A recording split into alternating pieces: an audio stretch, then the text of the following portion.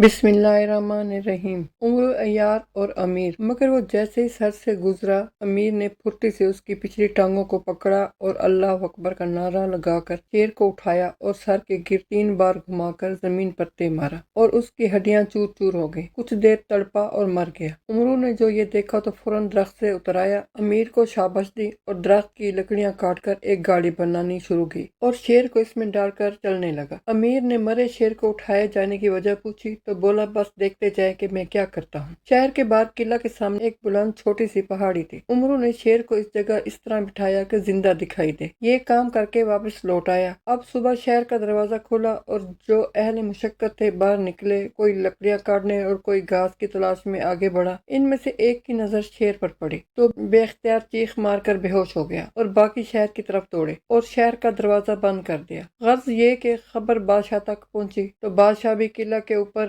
گئے اور دیکھا کہ واقعی بہت بڑا شیر پہاڑی پر بیٹھا ہے۔ کسی کو آگے بڑھنے کی جرات نہ تھی۔ اتنے میں عقیل آگے بڑھا۔ وہ بھی اس بات سے ناواقف تھا کہ عمرو نے کیا حرکت کی ہے، سو بہادری دکھا رہا تھا اور آگے بڑھتا جاتا تھا۔ قریب جا کر خیال کیا کہ شیر ذرا بھی حرکت نہیں کر رہا اور پاس ہوا۔ جب بہت قریب ہوا اور غور سے دیکھا تو شیر کو مردہ پایا۔ فوراً واپس ہوا اور جا کر سب حال بادشاہ کو سنایا۔ بادشاہ بہت خوش ہوا اور شیر کو خود جا کر دیکھا اور واپس آ کر عقیل کو خلعت اور انعامات سے نوازا۔ اتنی دیر میں امیر بھی آ گئے۔ بادشاہ نے خوش آمدید کہا اور اپنے قریب بٹھایا اور امیر نے حال و حوال کے بعد سارا قصہ سنایا۔ دوسرے دن عقیل بادشاہ کا دیا ہوا شاہانہ لباس زیب تن کیے شہر سے باہر نکلا اور ادھر عمرو بھی سیر کر رہا تھا۔ عمرو کی نظر جو سامنے پڑی تو عقیل بڑی شان و شوکت سے بڑھتا ہوا نظر آیا۔ عمرو دیکھ کر کھڑا ہو گیا کہ مجھے دیکھ کر گھوڑے سے اتر کر باغل گیر ہوگا، لیکن عقیل کی نگاہ جو عمرو پر پڑی تو دیکھ کر ہنسا اور کہا، تو یہاں کیوں آوارہ پھرتا ہے؟ عمرو نے جو یہ الفاظ سنے تو غصہ میں آ گیا اور کہا، تجھ کو بادشاہ کے پاس اندر بھیجا تھا تو باہر کیسے نکل آیا؟ یہ سنا تو عقیل نے 2 4 اور سنائی۔ عمرو بہانہ ڈھونڈ رہا تھا۔ اس نے آؤ دیکھا نہ تھا اور کمان عقیل کے سر پر کھینچ کر ماری اور اس بیچارے کا خون جاری ہوا۔ عقیل روتا ہوا امیر کی خدمت میں حاضر ہوا۔ امیر نے اس کا یہ حال دیکھا اور چلا اٹھا، تیرا یہ حال کس نے کیا؟ عقیل نے سب کہہ سنایا۔ امیر نے عقیل کو تسلی دی اور عمرو کو طلب فرمایا۔ عمرو حاضر ہوا تو امیر نے کہا، تو نے عقیل کا سر کیوں پھاڑا؟ تب عمرو نے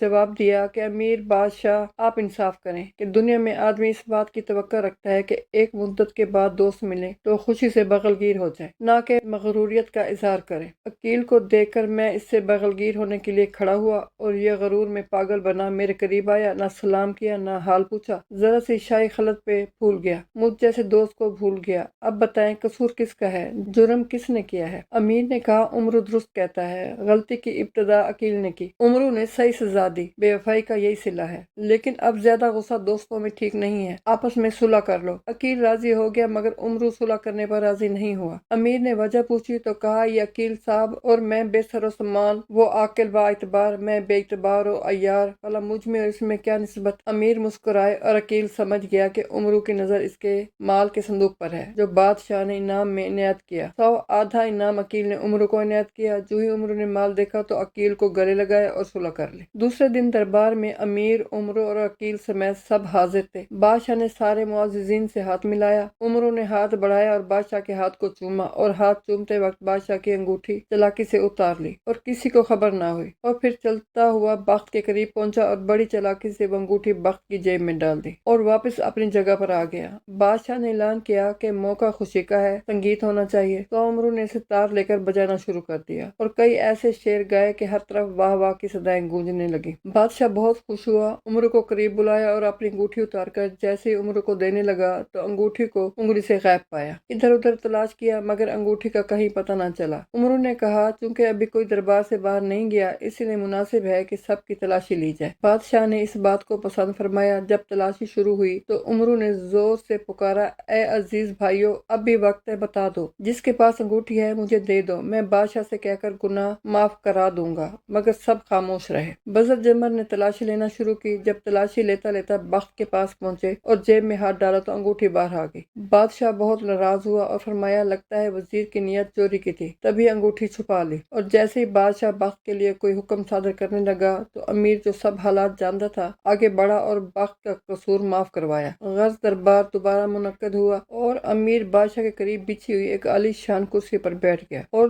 دیکھا کہ سب سب لوگ اسے حیرت سے دیکھ رہے ہیں اور کوئی منہ سے کچھ نہیں بولتا تھا۔ تھوڑی دیر بعد ایک پہلوان دروازے سے اندر داخل ہوا۔ قد کوئی 10 فٹ تھا اور سارا جسم لوہے میں چھپا ہوا تھا اور ہاتھ میں اس نے تلوار پکڑ رکھی تھی۔ امیر نے اسے دیکھا تو اس کی نوجوانی پر خوش ہوا، مگر اس نے امیر کو دیکھا تو غصہ سے اس کا چہرہ سرخ ہو گیا اور بادشاہ سے یوں گویا ہوا کہ اے نوشیراں، کیا آپ نے میرے باپ گستم کو اس لیے جنگ پر بھیجا تھا کسی غیر کو اس کی کرسی پر بٹھا دیا جائے؟ وہ ادھر آپ کی خاطر جنگ لڑ رہا ہے اور علاقے فتح کرتا ہے، اور ادھر بجائے اس کی تعظیم کے یہ ظلم اس کی کرسی پر کسی غیر کو بٹھایا جائے۔ میں ہرگز یہ برداشت نہیں کروں گا، ابھی اس شخص کو مزہ چکھاؤں گا۔ یہ کہہ کر وہ تلوار لے کر امیر کی طرف بڑھا۔ امیر نے جو یہ دیکھا تو تلوار نکالی، دونوں کا مقابلہ ہوا اور امیر نے ایک بار اس کی تلوار پر ایسا کیا کہ اس کی تلوار ٹکڑے ٹکڑے ہو گئی۔ امیر آگے بڑھا اور اسے اٹھا کر زمین پر دے مارا اور کہا، اگر مجھے تیری جوانی کا خیال نہ ہوتا تو ابھی تیرا کام تمام کر دیتا، جا اپنی جان بچا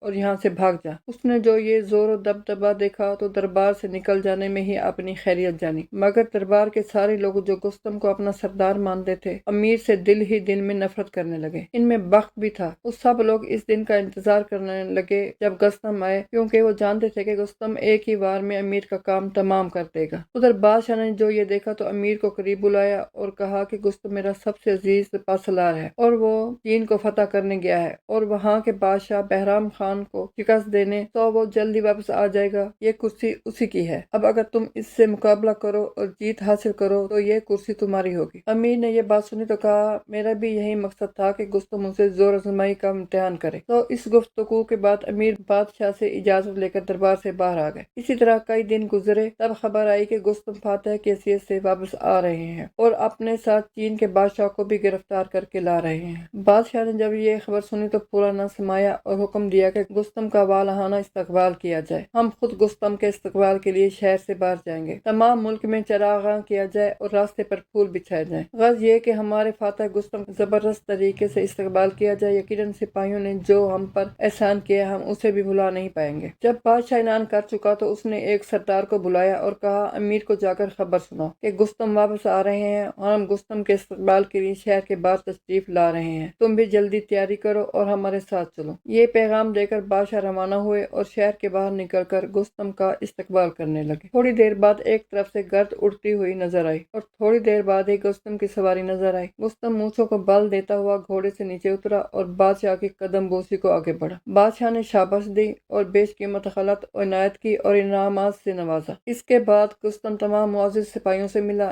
ان میں بخت بھی شامل تھا۔ اس نے گستم سے باتیں شروع کی کہ دونوں پرانے دوست اور ساتھی تھے، اور باتوں ہی باتوں میں امیر کے متعلق بتانا شروع کیا اور کہا کہ امیر کی بے ادبیاں کہاں تک بیان کروں کہ حد تو یہ ہے کہ تمہاری کرسی پر بیٹھا ہے اور تمہاری برابری کا دعویٰ کرتا ہے اور اپنے آپ کو سردار مانتا ہے۔ یہی نہیں بلکہ تمہارے بیٹے کو بھی سزا دے چکا ہے اور اسے ہرا کر تمام قوم کو بھرے دربار میں شرمندہ کیا ہے۔ گستم نے جو یہ باتیں سنی تو غصہ سے پاگل ہو گیا اور کہنے لگا، تھوڑا صبر کرو اور پھر میں دیکھتا ہوں کہ کس کی مجال ہے کہ میری کرسی پر بیٹھے اور میری برابری کرے۔ یہ گفتگو ہو رہی تھی کہ ایک طرف سے گرد اٹھتی ہوئی دکھائی دی۔ بخت سمجھ گیا کہ ہو نہ ہو یہ امیر کی سواری ہے۔ گستم سے کہا، اے گستم دیکھ، یہ جو گرد اڑاتا چلا آ رہا ہے یہی وہ عرب بھی ہے جو تیری برابری کا دعویٰ کرتا ہے، ذرا اسے دور سے دیکھ، جب یہ تجھ سے بغل گیر ہوگا تو ایسے دبانا کہ ہڈیوں کا سرما بن جائے اور تیری طاقت کی دھاک بیٹھ جائے۔ گستم نے کہا، تم فکر نہ کرو، میں اسے ایسی سزا دوں گا کہ عمر بھر یاد رکھے گا۔ تھوڑی دیر بعد امیر قریب آیا اور گستم کے استقبال کو آگے بڑھا۔ گستم گھوڑے سے نیچے اترا۔ امیر گستم کو پیدل دے کر خود بھی گھوڑے سے نیچے اترا اور دونوں ایک دوسرے کے قریب آئے۔ امیر اظہار محبت کے لیے گستم سے بغل گیر ہوا۔ گستم نے امیر کو چھاتی سے لگایا اور زور سے دبایا اور کہا، اے عرب کے نوجوان، مجھے تیری ملاقات کا بڑا شوق تھا۔ یہ کہہ کر پھر دبایا۔ امیر نے کہا، اے گستم، تیرا یہ زور پیار کا نظر نہیں آتا، لگتا ہے تو میرے ساتھ طاقت کا امتحان کرتا ہے۔ گستم مسکرایا اور امیر کو اور زور سے دبایا، مگر امیر نے پھر خیال نہ کیا اور کہا، اے گستم، کیا کہوں کہ مجھے کس قدر تیرے ملنے کی آرزو تھی۔ میں روز سوچتا تھا کہ وہ کون سا خوش نصیب دن ہوگا جب تیری صورت نظر آئے گی اور تجھ سے بغل گیر ہوں گا، تو آج مراد پوری ہوئی۔ یہ کہہ کر امیر نے گستم کو پورے زور سے دبایا تو گستم تاب نہ لا سکا، بڑا بلبلایا اور امیر سے کہا، مجھے چھوڑ دو کہ میرا دم گھٹتا جا رہا ہے۔ امیر نے گستم کو چھوڑ دیا۔ گستم کو بہت شرمندگی ہوئی اور سوچا کہ بخت نے مفت میں یہ مقابلہ کروایا ہے جس کی وجہ سے مجھے آج ایک نوجوان کے سامنے شرمندہ ہونا پڑا۔ پھر بھی امیر کے پاس گیا اور اس کے کان میں کہا